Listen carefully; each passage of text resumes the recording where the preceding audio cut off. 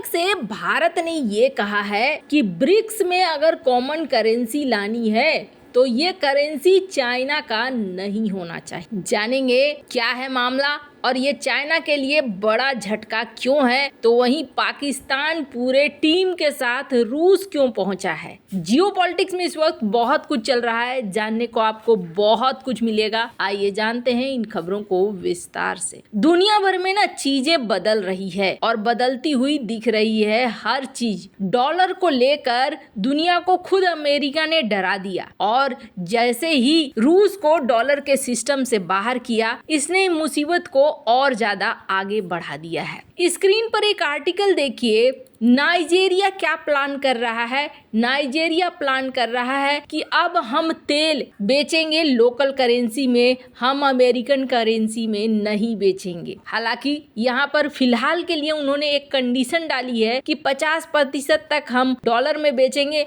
50% तक local currency में बेचेंगे। अब जैसे जैसे समय बीतेगा ये अपनी लोकल करेंसी को और भी ज्यादा आगे बढ़ाते हुए नजर आएंगे। कई सारे ऐसे देश हैं जो कुछ इसी तरीके से अपनी लोकल करेंसी को आगे बढ़ाते हुए दिख रहे हैं और उनमें से एक रूस भी है और चाइना भी है। डॉलर के बाद अगर की जाए कि युआन की पहुंच कहां तक है, स्क्रीन पर एक ग्राफ देखिए आप। मार्च 2012 से लेकर मार्च 2022 तक का ये आंकड़ा बताता है। खास तौर पर जून 18 से इन्होंने बढ़ना शुरू किया और चाइना ने अपने ज्यादातर क्रॉस बॉर्डर सेटलमेंट रेनमिनी भी ज्यादातर क्रॉस बॉर्डर सेटलमेंट युआन में करने शुरू कर दिए। स्क्रीन पर आप देख सकते हैं किस तरीके से जल्दी चाइना अपने युआन करेंसी को और आगे ले जाना चाहता है। चाइना की मंशा क्या है? चाइना की मंशा ये है कि डॉलर का पोजीशन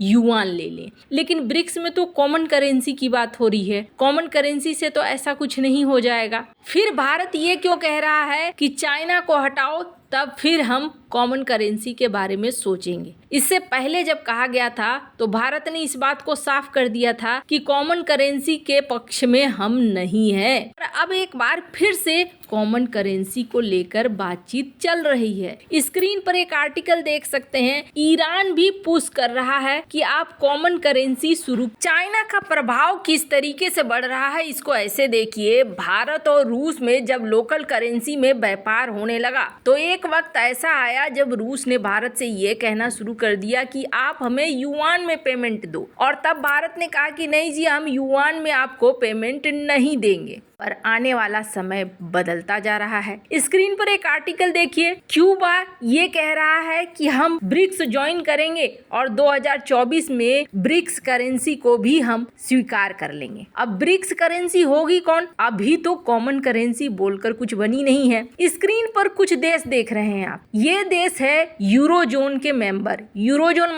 मतलब यूरोप ने तय किया था कि हम कॉमन करेंसी इस्तेमाल करेंगे। 27-28 देश हैं, हम लोग अलग अलग इस्तेमाल न करके एक ही करेंसी इस्तेमाल करेंगे। यूरोप में सबसे ज्यादा पैसे से मजबूत कौन सा देश है? तो जर्मनी है। अभी भले हालत खराब हो गई है, लेकिन एक जमाने में सेना में फ्रांस मजबूत था और पैसों के मामले में जर्मनी मजबूत था। तो उस जमाने में यूरो की बात होने लगी। जर्मनी ने कहा कि यूरो है हमारा सबसे मजबूत करेंसी है, कई देशों के साथ हम व्यापार भी करते हैं, तो कॉमन करेंसी कौन बन जाएगा? यूरो ही बन जाएगा। अब यहाँ कॉमन करेंसी बन गया यूरो। कॉमन करेंसी यूरो बनने के बाद अपनी शर्तों पर काम करवाना ज्यादा आसान हो जाता है। जैसे कि ग्रीस के मामले में, ग्रीस में जब क्राइसिस आई तो इसी तरीके से हल भी किया, जर्मनी ने अपनी शर्तें मनवाई। अब ब्रिक्स में कुछ ऐसा ही करना चाहता है चाइना। चाइना चाहता है कि सबसे पहले ब्रिक्स में हम कहें कि जो ब्रिक्स देश होंगे वहां पे कॉमन करेंसी चलेगा। फिर बात होगी कि कॉमन करेंसी में किसकी करेंसी चलेगी, तो चाइना कहेगा हमारी करेंसी दुनिया भर में ज्यादा फैली हुई है डॉलर के बाद, तो हम ऐसा करते हैं हमारी ही करेंसी में व्यापार करो। अब चाइना की करेंसी में व्यापार होना शुरू हो जाएगा। जब तक एक नई करेंसी बनती है और नई करेंसी बनकर देशों के पास पहुंचती है, उससे पहले क्या होगा? उससे पहले कोई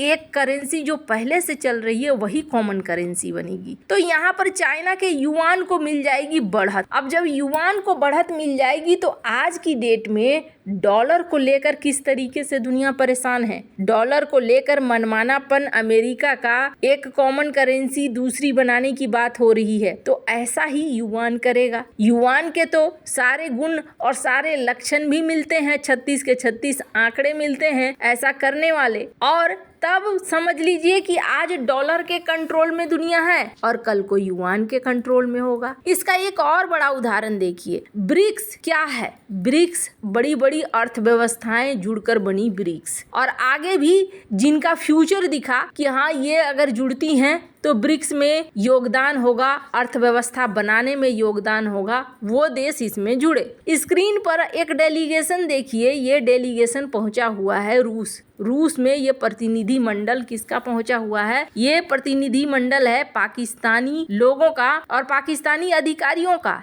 ये वहां पहुंचकर रूस को मनाने की कोशिश कर रहे हैं कि देखिए जी, आपकी अध्यक्षता है, इस बार आपके हाथ में ताकत है, आप हमें एंट्री दिला दो। अब जरा सोचिए, खुद की अर्थव्यवस्था जिसकी दिवालिया हो रही है, वो इस ब्रिक्स को ज्वाइन करके कौन सी बड़ी मदद करने जा रहा है। अब इसकी नजर कहां पर है? इसकी नजर है न्यू डेवलपमेंट बैंक के ऊपर। यानी ये जब ज्वाइन कर लेगा तो ये मांगेगा कर्जा, और ये जब कर्जा मांगेगा तो इसे कर्जा मिल जाएगा। किसके द्वारा मिलेगा ये कर्जा? तो इसे मिलेगा ये कर्जा चाइना के द्वारा। चूंकि चाइना का प्रभाव और भी ज्यादा बढ़ जाएगा, चाइना की कॉमन करेंसी, चाइना का युआन, चाइना के समर्थक ज्यादातर देश ब्रिक्स में। तो यही वजह है कि भारत ने ये कहा है कि देखो, कॉमन करेंसी की अगर बात करते हो तो कॉमन करेंसी में अगर चाइना आउट है, चाइना इसमें शामिल नहीं है, तो फिर हम इसके लिए सोच सकते हैं, और बाद बाकी अगर चाइना शामिल है तो हम इसके लिए नहीं सोच सकते हैं, क्योंकि आगे आने वाले समय में ये हो गया ठीक अमेरिका के तरह चाइना को मजबूत करना। वैसे आपको बता दें, फेडरल रिजर्व के गवर्नर क्या कहते हैं? फेडरल रिजर्व के गवर्नर कहते हैं कि अमेरिकी डॉलर अभी काफी लंबे समय तक एक ग्लोबल करेंसी रहने वाला है। लोग अगर सोच रहे हैं कि डॉलर हट जाएगा और डॉलर की जगह पे आ जाएगा